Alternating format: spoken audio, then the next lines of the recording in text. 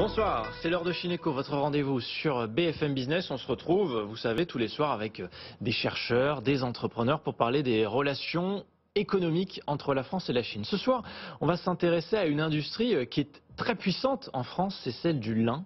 Le lin, la France est le premier producteur mondial du lin et elle exporte aussi beaucoup du côté de la Chine. On voit tout ça dans un instant avec le porte-parole de la Confédération européenne du lin et du chanvre. Juste après, un détour par Pékin, c'est l'écho vu de Chine. BFM Business, l'écho vu de Chine. À 2200 km au sud-ouest de Pékin, la province du Guizhou, autrefois parmi les régions les plus pauvres de Chine, est devenue en moins de 10 ans un grand centre de mégadonnées. La province a su mettre en valeur ses conditions naturelles particulièrement accueillantes à l'égard de sociétés de données.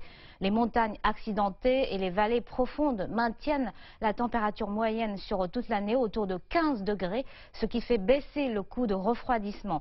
Huawei, Alibaba, Tencent, Baidu ou les Américains Apple, Microsoft et Dell ont tous installé leur centre de mégadonnées dans le Guizhou. Voilà, et on retrouve tout de suite l'invité de Chineco. Bonsoir Damien Durand.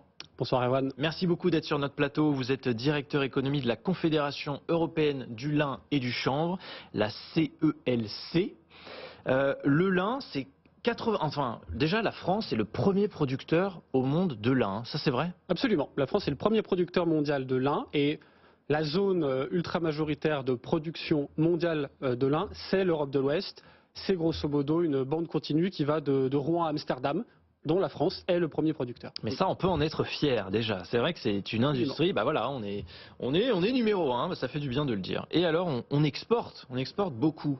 Parce que ce sont des chiffres que vous nous communiquez chez la CELC, 90% de la production française de lin part en Chine et en Inde. Alors pas pour vendre, mais pour être traité.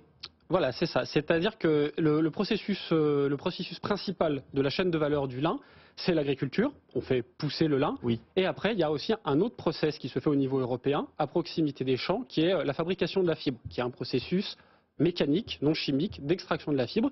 Et c'est ensuite cette fibre qui est majoritairement envoyée donc en Chine et en Inde pour le coup, pour le processus suivant qui est la filature, la fabrication de fils de lin. Parce qu'on n'a plus aujourd'hui les usines, on n'a plus le savoir-faire en France, c'est ça?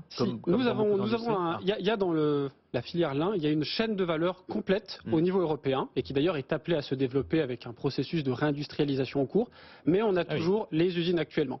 Après, il y a bien sûr eu un très fort développement, notamment il y a 10-15 ans, de l'outil industriel chinois et aussi de l'outil industriel indien. Ils ont pris une certaine avance dans le développement des capacités industrielles, ce qui a donc mécaniquement aspiré une partie de la production française, mais dans un premier temps, ça l'a surtout développé. On a surtout vu un doublement des surfaces qui ont été faites en Europe par cette aspiration mécanique. Mais donc on exporte vers la Chine et l'Inde parce que c'est moins cher? C'est une raison économique avant tout, parce que vous nous dites on a l'outil industriel en Europe. Si on ne le fait pas tout en Europe et qu'on exporte 90% de ce qu'on produit, c'est pour des raisons économiques. Alors, le fait économique est indéniable, mais c'est principalement un mouvement mécanique. Ils ont la demande, ils ont la capacité industrielle de traitement du fil pour générer du fil. Il ne faut pas non plus oublier qu'ils ont la demande en termes de marché final. On voit souvent la Chine et l'Inde, mais pour parler de la Chine, puisque c'est le sujet de nos discussions, comme un marché de transformation. Mais, et ça la mode le sait bien, c'est aussi un marché de consommation en plein développement. Donc d'où l'attrait justement de l'outil industriel. Est-ce qu'on a une idée alors de combien ça représente le territoire chinois en termes de consommation du lin? Alors, on n'a pas le chiffre précis, justement parce qu'il y a un dispatch, on va dire, très très important après au niveau de la distribution.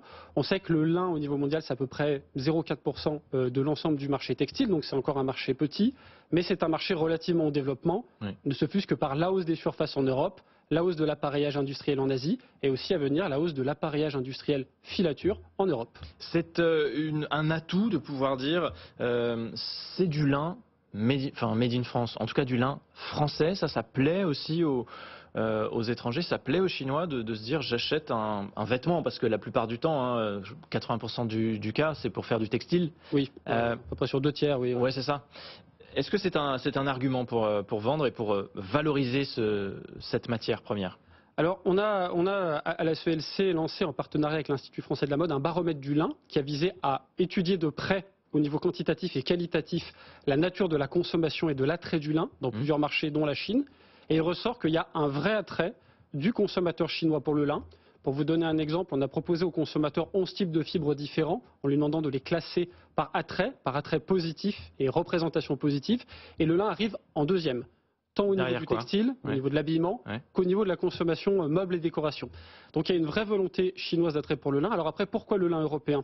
Déjà d'une part parce qu'il est le fait majoritaire, tout simplement. C'est plus facile d'acheter du lin européen parce qu'il y a beaucoup plus de lin en Europe. Et ensuite, il y a une vraie attraction malgré tout de la part des Chinois pour le lin européen, qui est certifié, plus facilement tracé, qui a des labellisations qualitatives sur lesquelles on sent un très fort intérêt, une forte volonté.